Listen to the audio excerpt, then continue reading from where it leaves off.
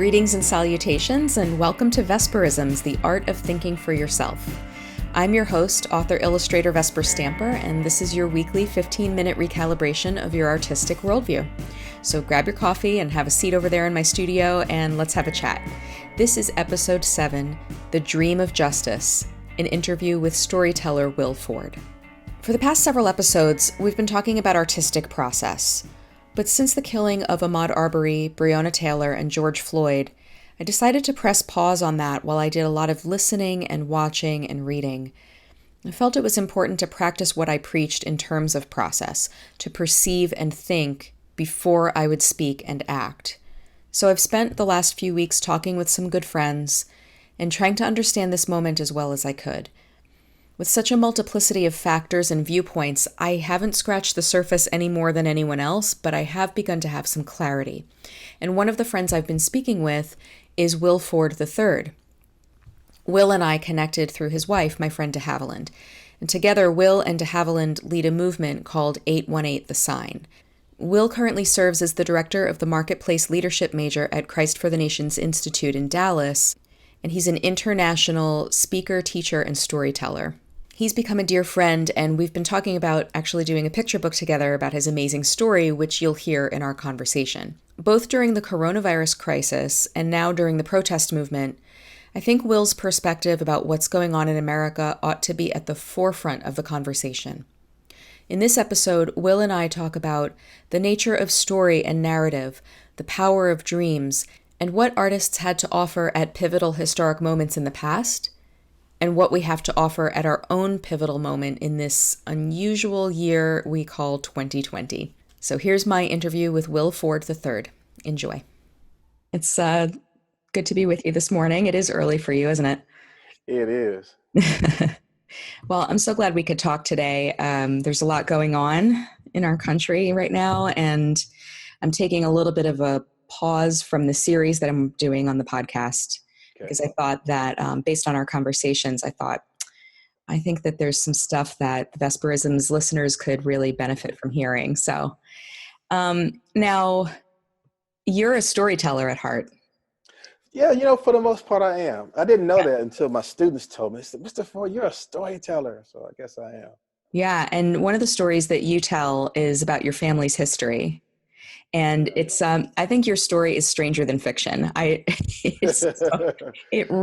can't believe it. But so you travel the country and the world, and you tell, you carry around with you this cast iron kettle pot as the basis for the story that you tell about your family. Could you share that with us? Yeah. So in my family, I have this 200-year-old kettle pot.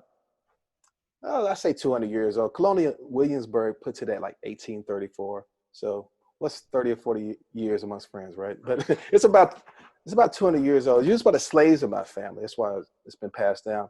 They used it for cooking, but the reason why it's passed down is because they secretly use it for prayer. They were owned by this slave master who he wanted them to be Christians, but he didn't want them to pray because he didn't want them to get any kind of hope for freedom.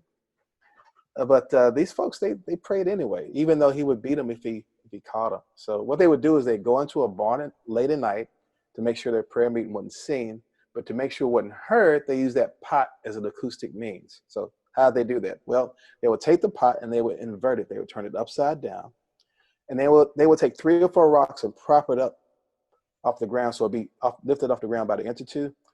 Then they would prostrate themselves on the ground and put their lips in between the opening between the ground and the kettle so that the kettle pot muffled their voices as they prayed through the night.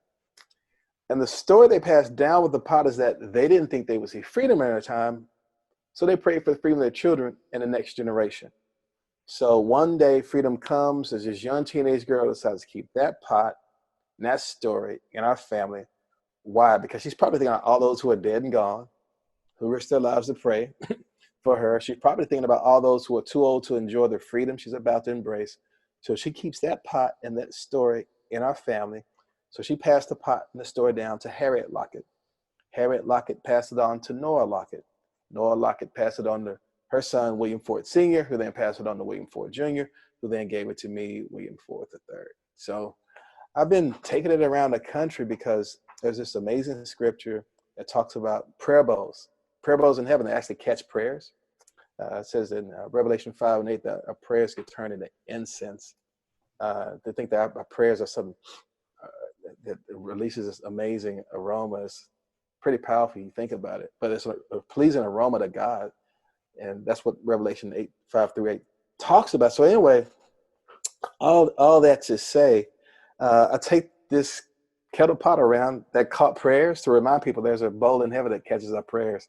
Mm. And I've been talking about these two groups of people, revivalists and abolitionists, that along with those Black Christian slaves that prayed into being these great revivals. And many people brought such a transformation in people's hearts that it ended slavery. So anyway, I had this dream by Dr. King, which we can get to later if you want. But God began to deal with me about my unforgiveness issues with the race issue, unforgiveness issues with the white community. And it was really healing to me. So I shared it with a friend. He said, hey, bring that kettle pot to the Lincoln Memorial. We'll do a prayer meeting, prayer gathering, it'll be MLK Day. Well, there was a white guy who had a dream about the guy over the event. And, we met, we talked, and we wound up being lasting friends. We've been friends for 15, 16 years. Well, fast forward, that white friend of mine found out that the Civil War ended in his family's front yard. I'm like, wow, what a cool coincidence to have this kettle pot. The slaves prayed for freedom. Yeah, this house where General Lee fought his last battle. Without cool coincidence. But then we stumbled on more research, Vesper, and we learned that it was his family who owned my family, where the kettle pot came from. And we met at the Lincoln Memorial, led by dreams, both of us, to the place where Dr. King said, I have a dream that one day the sons of former slaves and the sons of former slave owners will be able to sit together at the table of brotherhood. And so my friend, Matt Lockett, if you recognize the beginning part of my family lineage, we were Locketts. Well, Matt Lockett, his family at one time owned our family. That was what we found out through our research. But we met together in a prayer meeting. So anyway, all that to say, we wrote a book together called The Dream King. And that's what most people kind of know me for right now. Man, you cannot make that stuff up. It's the fact that, like you said, that Dr. King said, literally, I have a dream that this would happen. Right. And that the two of you met on that spot where Dr. King proclaimed that. Is so powerful. It's just so powerful, and not only powerful, but true and possible. Yeah. And, the friends of us, the mutual friends that we both have who know us, I mean, everybody's freaking out around us. And so it's easy to vet the whole story because we were friends 10 years before we realized this whole thing. Matt found out that the Civil War ended in his family's front yard like 4 or 5 years ago, like I said. But we were friends for 10 years before that happened. Right. And developing this really rich, deep relationship. He's been a very close friend, even during all that time period. Lot closer now. One of my best friends. Don't say it too loud so he can, his head gets so big, man. But yeah, he's one of my best friends, and we've learned a lot and be able to share our story and bring a lot of healing to the country in the midst of all this going on. Yeah, it's incredible. I've witnessed the two of you speaking together, to audiences, and just it's such a powerful testimony, of what is possible. And I can only imagine that once you found out about your two families' respective relationship, that must have ushered in some very difficult conversations between you. Yeah, see, that's the thing, Vesper. I'm glad we had the 10 years of conciliatory relationship before then, because everybody talks about reconciliation. There's something to be reconciled, something had to be conciliatory. So we had this amazing conciliatory relationship for 10 years. But then after 10 years, we found out the rest of the story. His family owned our family, and I'm thinking, hold up. We had stories passed down in our family about a slave who was beat to death just for going fishing without asking. Now, all of a sudden, I have a face connected to that story. Right. But it's the face of someone that I love. And so now I'm trying to forget how my friend was ever an enemy to my family. And it was kind of painful, honestly, for a little bit. When all the fun, swirly stuff wears off. Oh, my God, you're awesome. You brought us together. And like, hold up. Your people owe my people, And so we went through this journey personally and also together, where we talked things out. We had to hash things out in our own hearts. But I'm glad we did. He's learned things about the African American community, experience that things he kind of blew off before in the past. He now says, "Oh, okay, I understand the whys, the ins and outs of this and this." Not this whole thing of perpetual victimization, but the things that we've had to overcome, and still overcoming. He began to see that in a greater light, and also uh, I learned a lot too, and just what was it like to be acculturated into slavery as a white person, Right. and to fight against that and to come out from under it. It wasn't this easy bed of roses that we try to make it out to be. And the people who fought against it and who came out from under it were very courageous. Matter of fact, even in his own family, he had people who came out from under it. He had a family member. We found out a year and a half later, after we made the discovery, he found out a year and a half later that he had a great grandfather who was a circuit rider with Francis Asbury. And Francis Asbury, Methodist circuit riding preacher. The circuit riders would take a strong stand against slavery during that time period. George Mason wouldn't sign one of the first original documents for the country because it didn't include emancipating the slaves as well. And several of the framers wouldn't sign it early on because of the preaching of the circuit riders at that time period.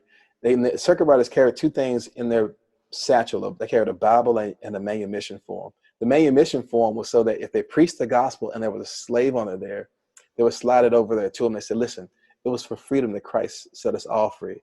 Therefore, since now you're free, set your slaves free." Wow.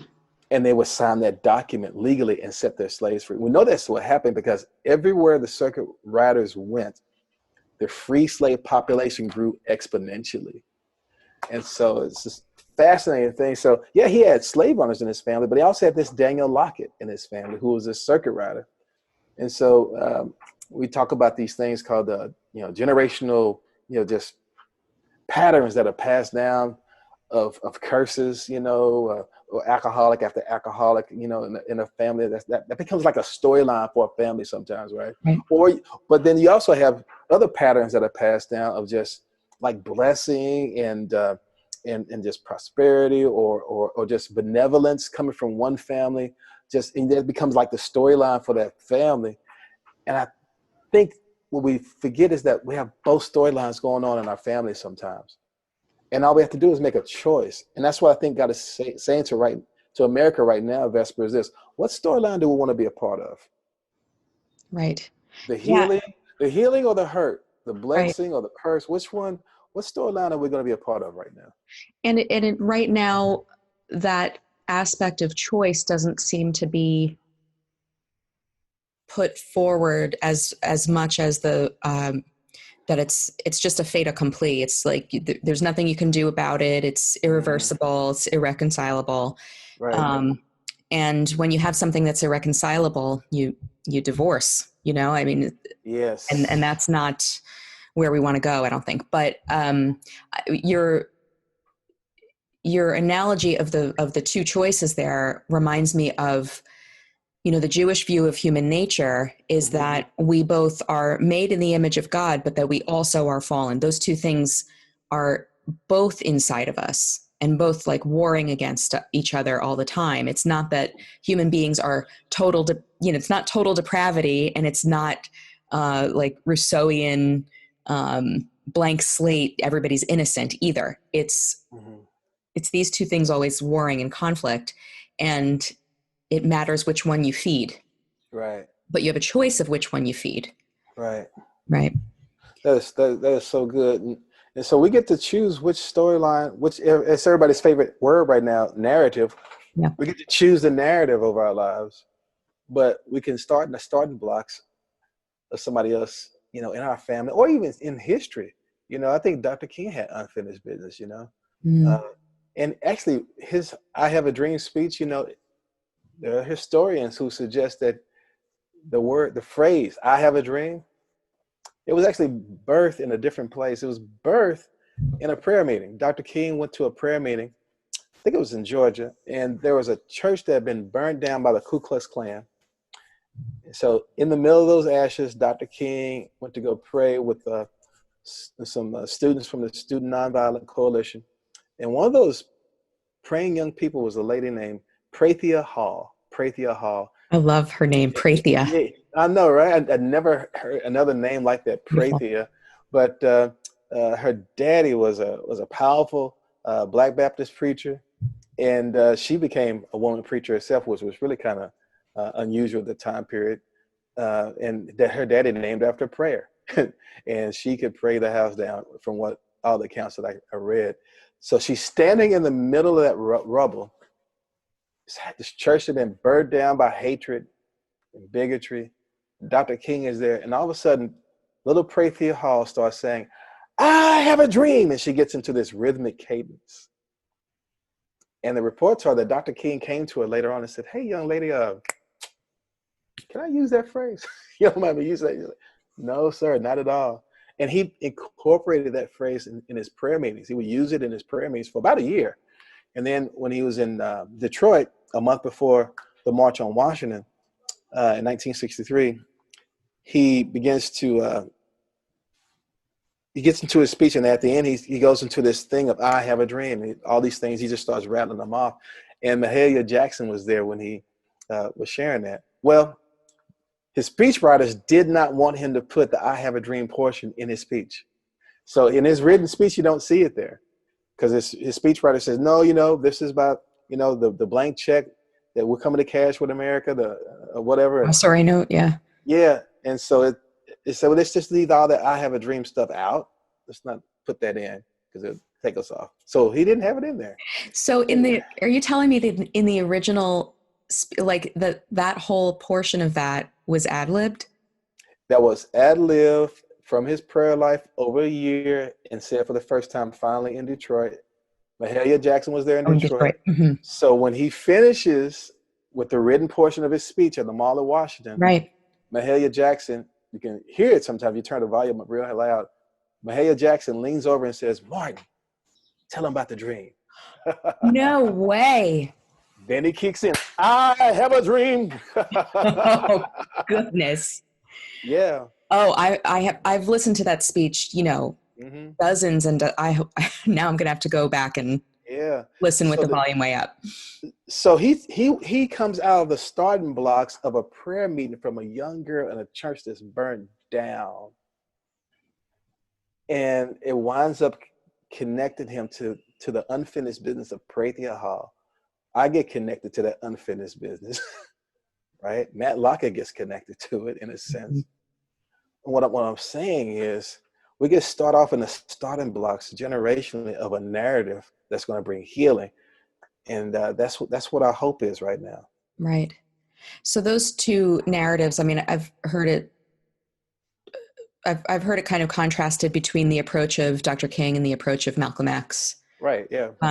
And I can't believe I got through my life without knowing about Booker T and W.E.B. Du Bois, Right. and their kind of split, it seems. I mean, I'm only just learning about this, but it seems that those were two paths that diverged.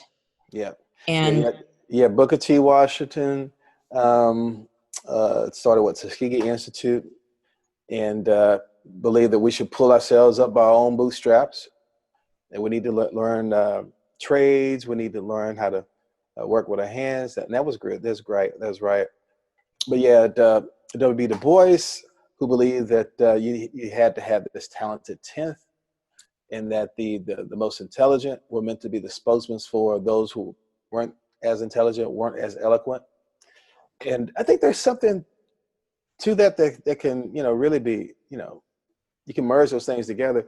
But right. there was a split philosophically between the two, because Booker T was so much about, we don't need no handouts, we don't need no hand ups. We can do this by ourselves. And so that was his heart, which is interesting because, Booker T. Washington, he starts the Tuskegee Institute. And the second president of the Tuskegee Institute was an interesting man that's connected to the whole storyline with Matt and I. There were two slaves who were trying to learn how to read and write. This mother was trying to teach her 5-year-old boy how to read. And she couldn't read that well herself, but she was doing her best to teach him. It was during the Reconstruction period, and still during that time period, whites frowned on blacks learning how to read because they Right. were afraid of insurrections. They were afraid they, planned coups against them or whatever. So even after slavery was over, it was frowned upon to see blacks learn how to read and write. So they were working on her farm, just coming out of slavery, and Lucy Lockett, Matt's distant foremother, walks in on them, and they're trying to learn how to read and write. So they thought there would be like negative consequences for that. But Lucy Lockett says, no, no, no, what you're doing is good and right. Matter of fact, I'm going to take over your tutoring. And she does. And she teaches that mother, and she teaches that little 5-year-old boy how to read. Well, that 5-year-old boy, he grows up to be Robert Russell Moulton. We know this story because he put it in his autobiography. He becomes the second president of Tuskegee Institute. Wow. He becomes an education advisor to 4 presidents. And when the Lincoln Memorial was dedicated in 1922, he's the one that gave the dedication speech. Oh my goodness. Yep. And then 41 years later, Dr. King would come there and do the I Have a Dream speech.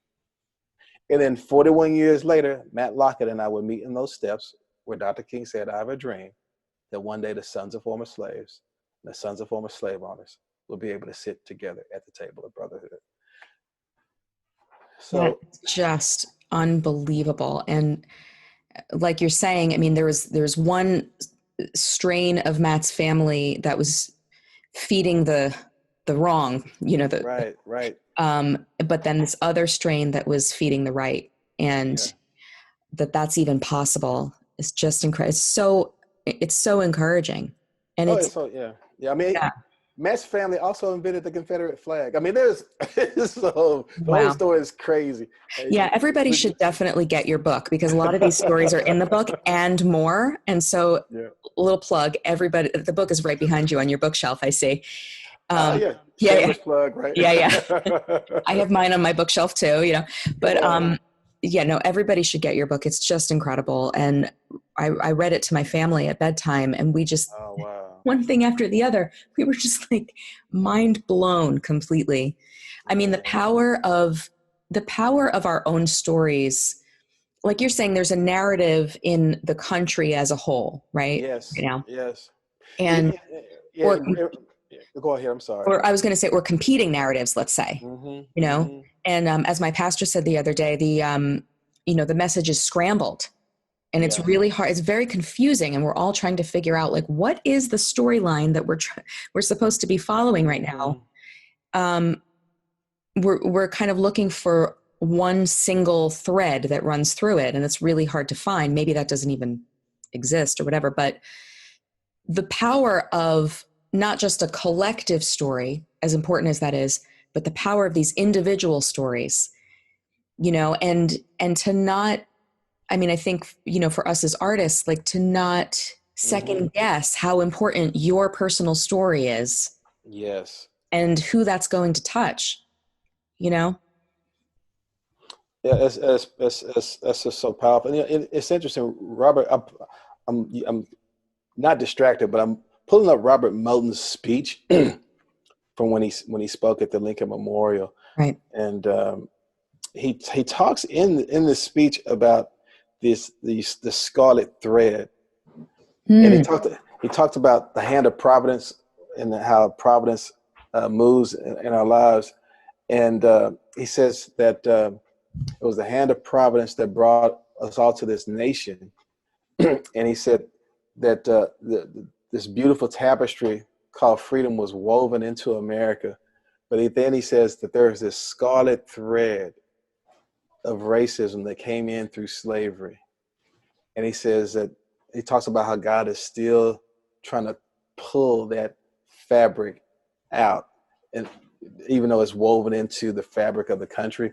So here you have 1619, you had the Jamestown Company, and through that came the scarlet thread of slavery. Right. And he says in 1620, you had the Pilgrims come in, and they released another thread of freedom, those things being woven together. But then he says God is tugging on that one thread. And here's the thing. If God starts tugging, if Providence is tugging on a thread and trying to pull it out, anything else that's affected to it is going to react and is going to respond. That means every institution, every person in power, every person is using their status and clinging on to it and not putting it at risk so that they can see other people flourish. It's gonna react. It's gonna respond to that, and that's what I feel like is going on right now. We're still every couple of years there's something that happens to make us pull that scarlet thread out of the fabric of our nation over and over again. So I think that's where we are Yeah. right now, and I we're reacting to that. Yeah, and I mean, you and I have such a love for history. But as a historical fiction writer myself, Hmm. that's the thing that always really gets me is how interconnected. That history is not just this set of facts and figures that we learn in school and then Yeah. forget. It is the story of human choices. It's the story of human beings Yeah. and how each of those choices is interlocked. And it's not just in your own time period. You're not just writing the story of your own time period. You're Yeah. continuing a storyline that's been from before and before and before and will continue after you, right? Yeah. And so Yeah. like the choices that you make now, they're influenced by the past, but you can change the narrative going forward. Yeah. It's Yeah. totally continuous. It's continuous and it's exponential too. I think there's this synergistic thing that happens. Synergy. Scientists say when you take two separate things and when you connect them together, it doesn't create an addition of power, but a multiplicity of power. I think that happens even with history. And synergistically, we can connect to some things from the past and exponentially move things forward in a profound way. We Right. see that a lot with technology, but we need to see that more with the human condition. And that's what I'm working on. Right. So I want to get back to talking about dreams for a minute. Okay. And then I want to come back to our national narrative. Okay. But dreams, you know, you and I are big dreamers. Mm-hmm. And I know your son is a big dreamer too. Mm-hmm. He had a pretty profound Serious. dream Yep. about the coronavirus. And I know that right now during quarantine, a lot of people have been having very vivid dreams and they don't necessarily know what to make of it. Yeah. Because they might not view their dreams from a spiritual place. They might just be like, oh, I guess I've been eating too much pizza or something like that, Right. Right. during quarantine. But, dreams are stories, Yes. and, artists in particular seem to have a very vivid dream life. A lot of us get, we'll wake up with a song lyric in our mind that we're like, oh, we got to write that down, or a painting that we want to do, or a scene for a book, and you wake up and you've got that in a dream and you've got to get that out, right? So I would like to know what you think about the nature of dreams and how we might be able to think about our dream life, you know, in this time and as stories. What do you think? Well, dreams are so transcendent. And the thing I love about dreams is that you can't crank them out. For the most part, you can't really crank out a dream. You can just kind of daydream and just ruminate. But when you're asleep and all of a sudden this vivid thing happens and that's kind of like the stuff that's otherworldly.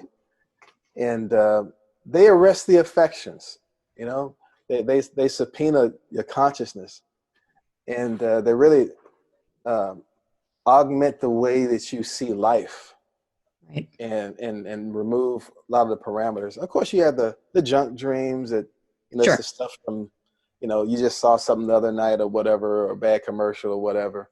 You have those dreams. Or you have the thoughts that just kind of ruminate throughout the day, and you're still thinking, and your subconscious is going. But then there are these other things these dreams, that this otherworldly stuff.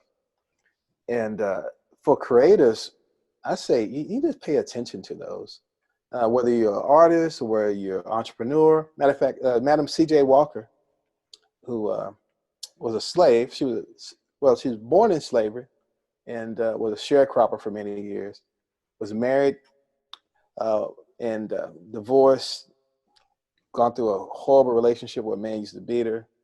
And it was in that low moment that she has experience, and she becomes a Christian there on her plantation.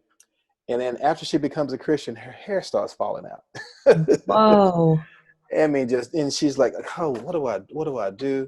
And other people on the plantation where they were working as sharecroppers, those other women, their hair was falling out too. So Madam C.J. Walker has this new found spiritual relationship with God. So she prays, God, you got to help me. I'm going through a lot here.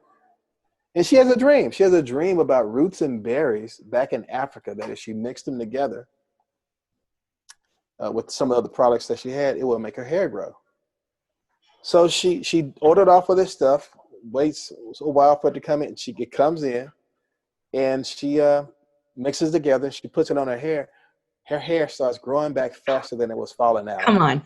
She put it on the heads of the other women there that were working there with her. Their hair started growing back faster than it was falling out. So she started this thing called Madam C.J. Walker's Miracle Hair Grow Company. And she becomes the first woman millionaire in America. Wow. Not From a the first, dream.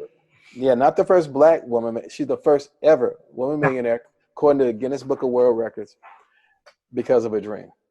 Amazing. So innovators, yeah, pay attention to your dreams. There was a man, William Merle Voorhees. William Merle Voorhees. He was a missionary, and but before he was a missionary, he was an architect. Worked as an architect, and so he becomes a missionary to Japan. And while he was in Japan, the YMCA in Japan needed someone to design a building for him. So he felt like he should use his architect skills to help design this building. So he does. But then he saw that, hey, you know what? I can also, with the people that I've been ministering to, I need to bring them into this practice. So he started, the people he was ministering to, he bring them into this architect practice. And so he started a business out of it eventually. Well, while he's there, William Merle Voorhees has a couple of dreams that were interesting. One, he has this dream about this plant that he could use and put together that would become a healing ointment to people when they're sick. And so William Merle Voorhees is the person who invented mentholatum. Like Vicks Vapor Rub, kind of. Yeah, before there was Vicks Vapor Rub, there was mentholatum, and my mother used to put that on me all the time. My grandmother too. I feel like I lived in that stuff as a kid. Yeah. And the other dream that William Merle Voorhees had, he dreamt one time about these buildings that were shaking from earthquakes, and in the dream he saw spacers being put in the different places in the buildings, and it stopped the buildings from falling down. And so William Merle Voorhees is the architect that invented earthquake-proof buildings. Oh my goodness! From mentholatum. From mentholatum, yes, to earthquake-proof buildings. The earthquake-proof. That's incredible. Building.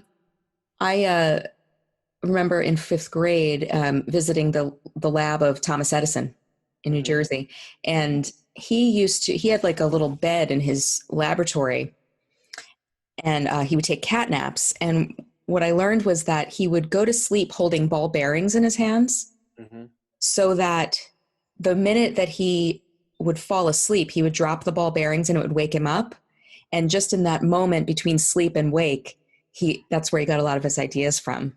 Wow. Isn't that incredible? Wow. That's fascinating. So he really believed in the power of dreams and harnessed that. You think, a scientist like wouldn't really pay attention to their dreams, but yeah. George Washington Carver, he was another one. He's there at Tuskegee Institute. But George Washington Carver would go into his study with a Bible and a notepad. That's all he really took in there with him. And the Lord would speak to him, and he'd get dreams, and he'd write everything down. And so from the peanut, he had like 300 different inventions. Right. Yeah, it's crazy. Yeah. Just incredible. Ah, Yeah. amazing. So yeah, so as creatives, pay attention to your dreams, Hmm. and they give instruction, but they also too it's just another way to open yourself up to all the other possibilities of creativity and power and beauty. Right. You know, it's the whole aesthetic realm can be unlocked in a whole nother way through dreams. Right. It's incredible. Yeah. And I think, you know, in times of upheaval too, Hmm.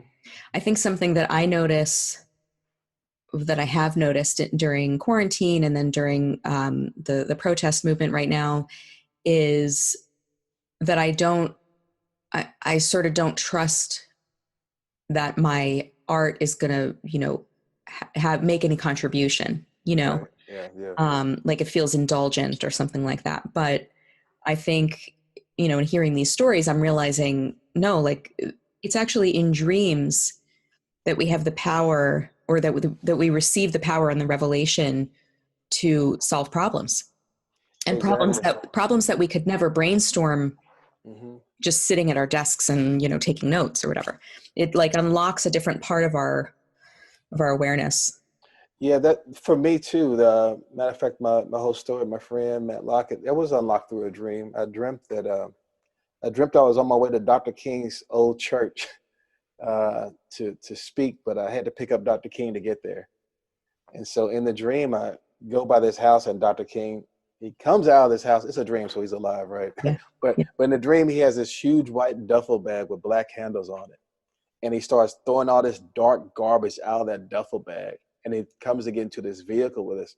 And in that dream, I thought to myself, man, that bag can make a nice souvenir, you know? I mean, I went to Morehouse College. He went to Morehouse College. The bag would make a nice souvenir. So in the dream, I go to try to pick up the baggage, but before I could grab it, Dr. King grabs me by my shoulders and he says, no, do not go back and pick that up. And then the dream, he starts telling me what I need to do to heal the racial divide in the nation. And so I wake up from the dream in tears. I'm bawling my eyes out. I'm like, God, remind me, what did Dr. King say to me? And the Lord said to me, no, the white bag with the black handles, that will be the interpretation for your dream. And I realized what he was saying. So the black handles represented how I, as a black man, had been handling my white baggage. God was saying to me, get rid of your white baggage. You've been carrying it for way too long.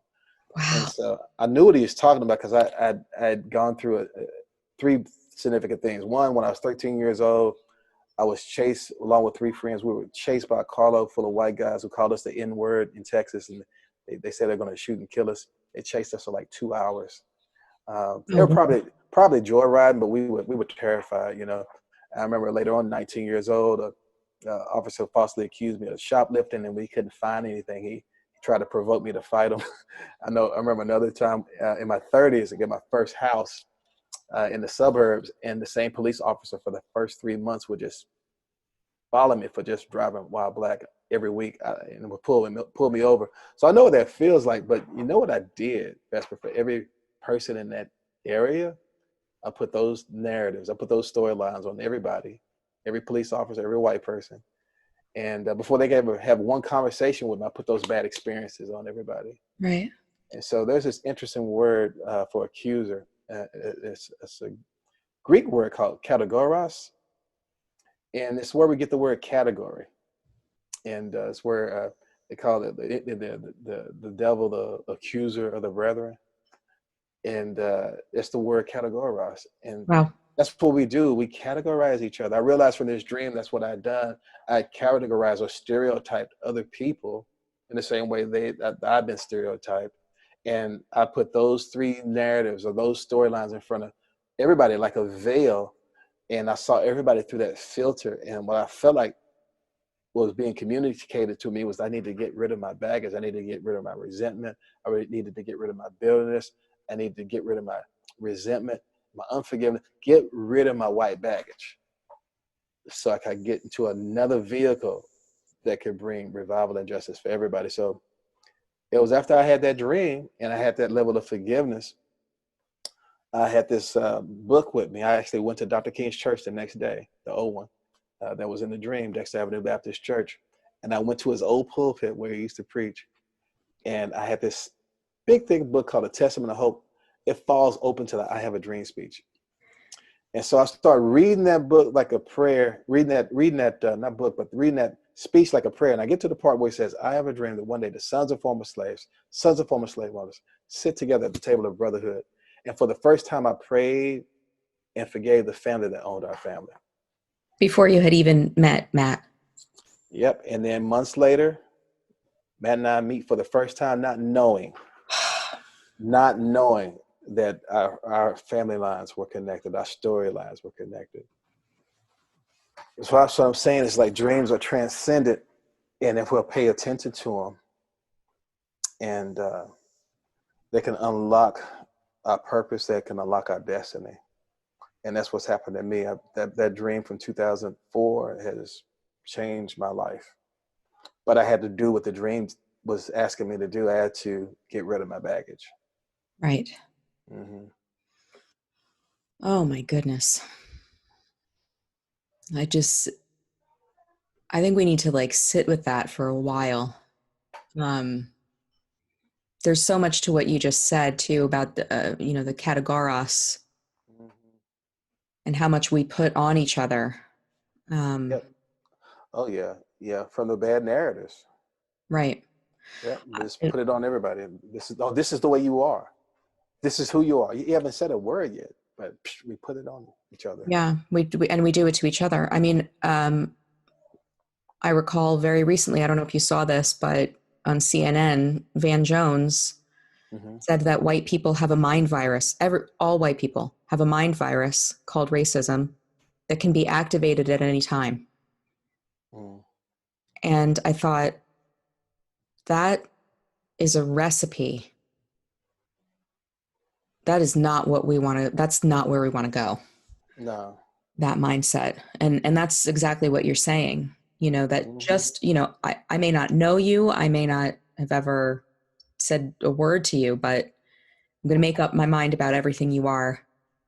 And I wonder if, as you were talking, I thought, and this is just me verbal processing. I may be totally wrong about this, but Mm-hmm. that narrative that, all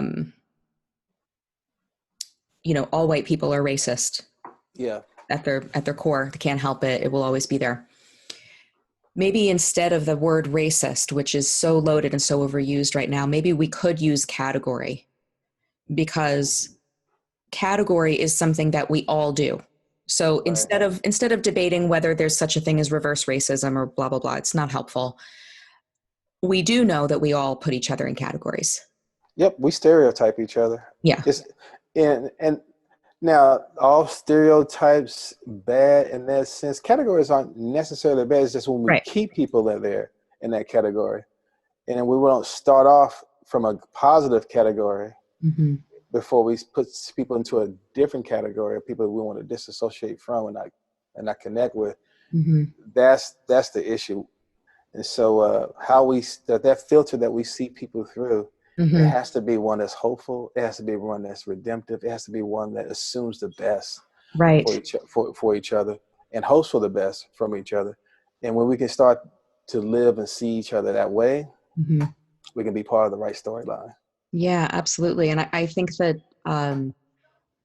that the whole concept of believing that every human being is made in the image of God is that starting point.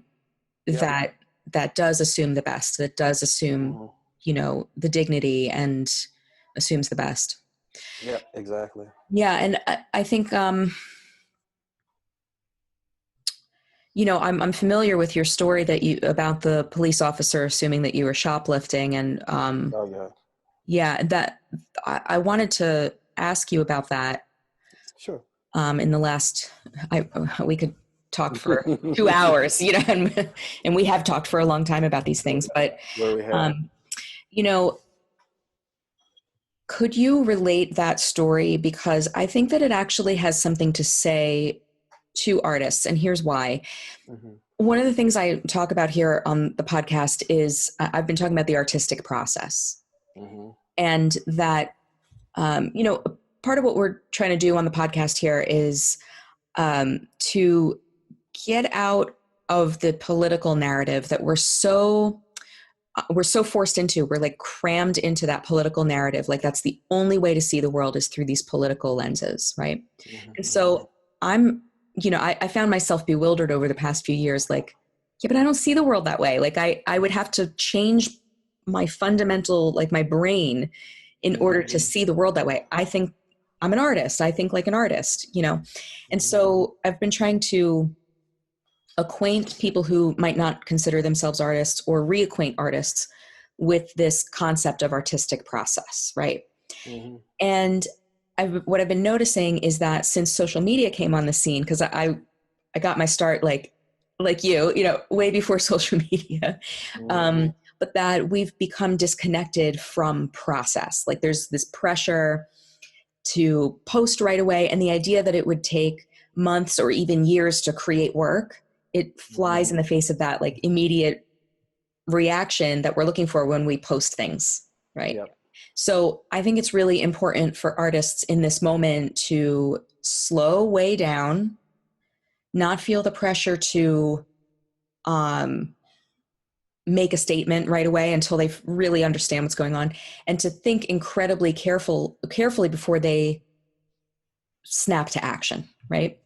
Yeah. And so this story, that I'm asking you to tell, I think says a lot to that because of what your father told you.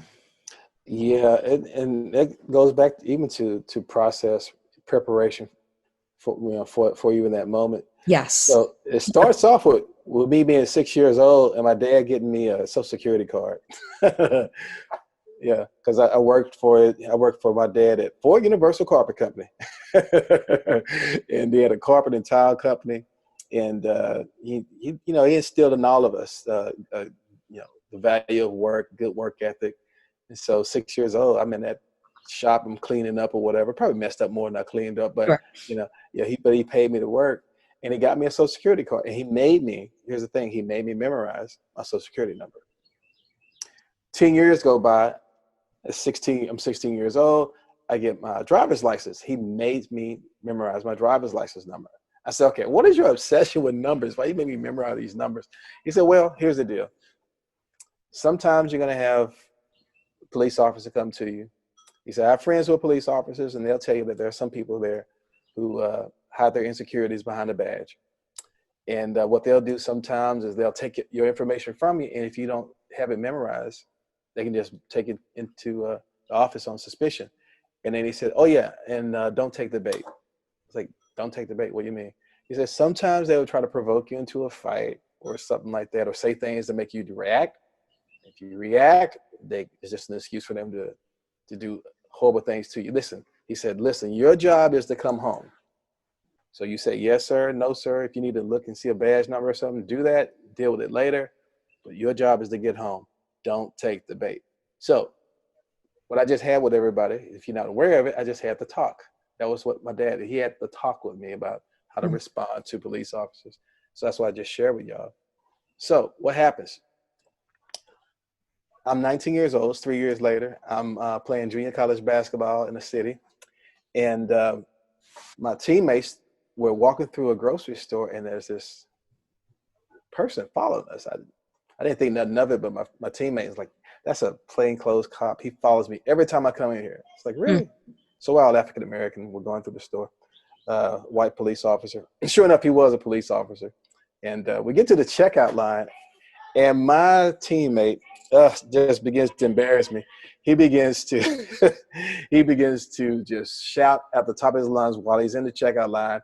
He says, yes, I'm reaching into my pocket and I'm pulling out the money in my pocket that my mother sent me so I could buy stuff this week. And I'm telling you this because this man back here, he always follows me every time I come into the store. He treats me like I'm stealing every time, and I'm not stealing anything. He follows me every time. I'm tired of it. I'm like, I'm freaking out. I'm like, I'm just shrinking Vesper the whole time. And my other teammate is there too, right?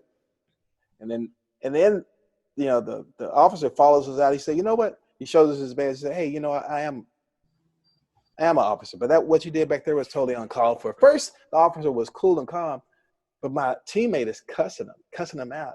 And now the officer starts cussing out my teammate. Oh, no. No longer professional, whatever.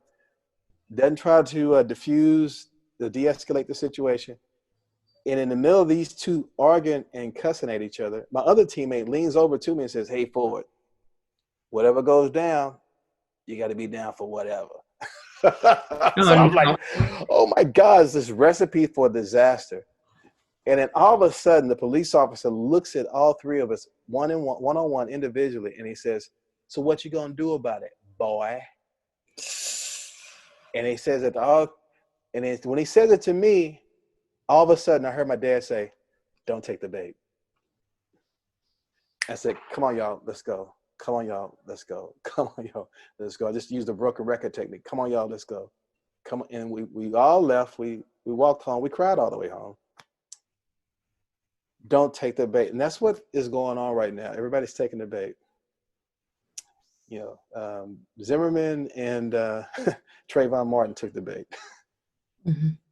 One got offended. The one was following them, and they took the bait. And we're in this mess where we're in now. But then not just them, it didn't start with them. Right. But this thing of offense where we get trapped and we get in and over our heads with what's going on right now. And we cannot take the bait. We have to respond and not react right now. Even with the things that we create and put out, whether it's a meme, whether it's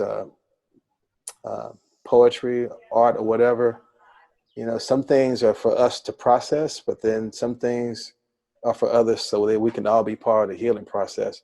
Mm-hmm. And I think that creators right now, if they don't take the bait, they could be used to be part of the healing process and bring us all closer together. Wow. Well, that's incredible. I have a lot to think about. I mean, whenever we talk, I always, I just ponder for days and days. But I think talking about this as artists, especially, when, and you know, I'll close, you know, we'll close with this, but when artists are not in touch with that process, we're very vulnerable to that political worldview that wants to categorize, immediate, you know, react. But when we can take a step back and understand, no, we're artists. We can respond. We can create work out of the moment. We can create work out of pain. We can create work that, you know, humanizes and you know, helps with the narrative that is healing and is redemptive and forgiving, you know, but we have to be conscious of that. You know, we have to be conscious to not be reactive, but instead respond. So powerful. I put out a post when George Floyd died and kind of attacking my own movement a little bit. And I don't know if it was like visceral, but it had a little bit of stink on it. And I had a very good friend and mentor call me and talk to me about it. He said, you know, no, he said, maybe not don't take it down, but I just want to challenge you to write a follow-up. And I did. I wrote a follow-up to it. And the follow-up, after I had time to process, it was so healing. It's gone all around the world. One little Facebook post. I mean, just shared about 700, 800 times. I mean, it's not viral, but in my little world, yeah, it is. And that's what we need more of right now. Yeah. Yeah. And I'm so, I've been really challenged by your exhortation. I'm looking for the words, but your exhortation to stay in the room. Yeah, that's where stay in the room came from. It was birthed out of that. Yeah, to stay engaged, to not go running, screaming for the hills, or you know, shut everything off, or be reactionary, but to stay in the room, and not be not be surprised by the things that people are saying right now. Just, allow people time to vent, but stay in the room with them and help them work through all their stuff. I know creators would love to talk about Job and his process and what he went through. And one of the first beautiful things in his process, he had these friends, Bildad, Eliphaz, Elihu. I forget the other two, but Elihu was there on the side. He's the wise young one, probably like Vesper, right? Young wise one. But Job loses everything. He breaks out in boils and all this stuff, and lost his wife, kids, everything. And he's there. But the Bible says, it's interesting, he was there in that room in silence. They all sat in silence as friends for 7 days. You imagine how healing that must have felt? Just to be, he didn't have to say anything, he had to do anything. They were just there. Yeah. And then he finally felt enough courage to say something authentic, something that was going on in the inside. He felt it for the first time, to get it out on the outside. And when he does that, his friends say, you must have done something. God must be doing this because you did something. What is it? Tell us, And before long, they all leave, and there's only one left, is Elihu and in Job, and he's able to decipher through some of the things that could be true, what the other guys said, and connect them to God's storyline for Job's life. And then Job has his encounter with God in the whirlwind, and he gets, as the black preachers always say, double for his trouble. But the thing is, that was because Elihu was willing to stay in the room. That restoration came to Job. And that's what we need. We need people who can create a safe place through our art, through our creativity, create a safe place for people to get on the outside, what's going on the inside. We're not surprised what's going on with them, because we're human. We're not going to judge where they are right now in their process, but we're going to stay in the room, be committed with them to help them get to that place of healing and get to that encounter with God that can turn everything around. Well, that's how you end a conversation, with plenty to think about. And Will, thank you so much. Vesper, love you dearly. Thank you so much. Blessings. Of course, this week's recommended read is Will Ford and Matt Lockett's book, The Dream King. It's the story of how Will and Matt met, the extraordinary story of their family's connection, and the hope that it holds out for our country. Highly recommend it. Thanks for joining me for this week's Vesperisms. My new book, A Cloud of Outrageous Blue, is available now for pre-order, and it has a lot to say about finding creativity and fighting fear in the middle of a pandemic. In this case, the Great Plague of 1348. Follow me on Instagram at Vesper Illustration and subscribe to my newsletter at vesperillustration.com to get news about my work and a free outtake chapter from A Cloud of Outrageous Blue. And I would love it if you'd leave a 5-star review on iTunes. That'll help others to find this podcast and spread the message of an artistic worldview to even more people. Music for Vesperisms, as always, is provided by Ben and Vesper, and that's my band. Don't doubt it for a minute, friends. Your voice is important. Your contribution matters. And just remember, work isn't everything, but everything is the work. See you next time.